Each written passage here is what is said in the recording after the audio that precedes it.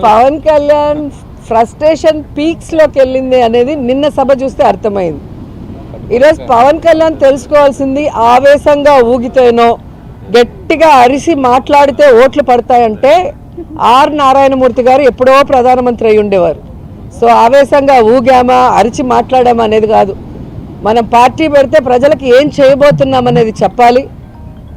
ఆ అధికారంలో వచ్చే క్రమంలో ప్రతిపక్ష నాయకుడిగా ఏం చేశాము అనేది ఇక్కడ ప్రజలందరూ కూడా గమనిస్తారు. పార్టీ పెట్టి ఎన్నేళ్ళయింది, దాదాపుగా జగన్ గారు పార్టీ పెట్టిన దానికి పవన్ కళ్యాణ్ పార్టీ పెట్టిన దానికి 1 year తేడా ఉంటుంది అంతే. మరి ఈరోజు జగన్మోహన్ రెడ్డి గారు 151 సీట్లతో తిరుగులేని ముఖ్యమంత్రిగా ప్రజల ఆశీస్సులతో ఎలా అయ్యాడు? ఊరికే అయిపోలేదుగా. మరి నువ్వు కనీసం 2 చోట్ల నించుంటే 2 చోట్ల కూడా ఎమ్మెల్యేగా గెలవలేకపోయావు అంటే అర్థం చేసుకోవాలి. ఈరోజు సిగ్గుచేటు ఏంటంటే ఒక పార్టీ ప్రెసిడెంట్గా ఉండి 24 సీట్లకే పరిమితం అయిపోయి మళ్ళీ క్యాడర్ని తిడతాడు. మనకెక్కడుందయ్యా బూత్ కమిటీలు, మనకెక్కడుందయ్యా మండల కమిటీలు? ఎవరండి డిజైన్ చేయాలి? మండల కమిటీలను ఎవరు ఏర్పాటు చేయాలి? బూత్ కమిటీలను ఎవరు ఏర్పాటు చేయాలి? పార్టీ ప్రెసిడెంట్ చేయాలి. నువ్వు పార్టీ ప్రెసిడెంట్ అని పేరుకే తప్ప ఏ రోజైనా పార్టీ నిర్మాణ పనులు చేసావా?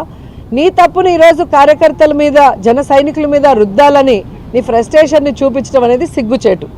ఈరోజు ముష్టి 30 సీట్లు కూడా తెచ్చుకోలేని నువ్వు నిన్న జగనన్ననే అతపాతాలానికి తొక్కుతానంటున్నావు.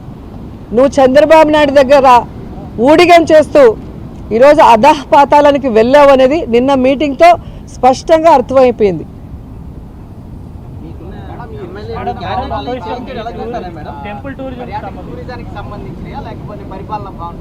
ఏదండి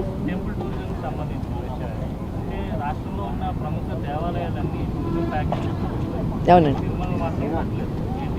ఆల్రెడీ తిరుమలకి అదే కదా చెప్పాను.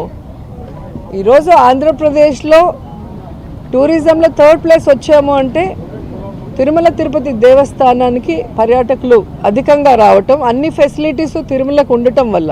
సో అదే క్రమాన్ని రాష్ట్రం అంతా కూడా ఉండే ముఖ్యమైన టెంపుల్స్ అన్నిటినీ కూడా ఆ విధంగానే పర్యాటకులు వచ్చే విధంగా ఈరోజు ఈ ప్యాకేజెస్ అనేది డిజైన్ చేయడం జరిగింది. అంతకుముందు ఆ సీజన్లో అంటే కార్తీక మాసం వచ్చినప్పుడు పంచారామాలు కానీ అలా ఏ మాసంలో ఆ మాసం సంబంధించిన టెంపుల్స్ని చేస్తూ వచ్చాం. అలా కాకుండా ఎవ్రీడే ఈ రోజు నుంచి కంటిన్యూస్గా ఉండే విధంగా రాష్ట్రంలో ఉన్న అన్ని పర్యాటక ప్లేసెస్తో పాటు ముఖ్యంగా ఆధ్యాత్మికంగా ఉన్న టెంపుల్స్ అన్నిటినీ కూడా భక్తులు దర్శించుకునే విధంగా చేయాలి అని చెప్పి ఈరోజు ఓపెన్ చేయడం జరిగింది.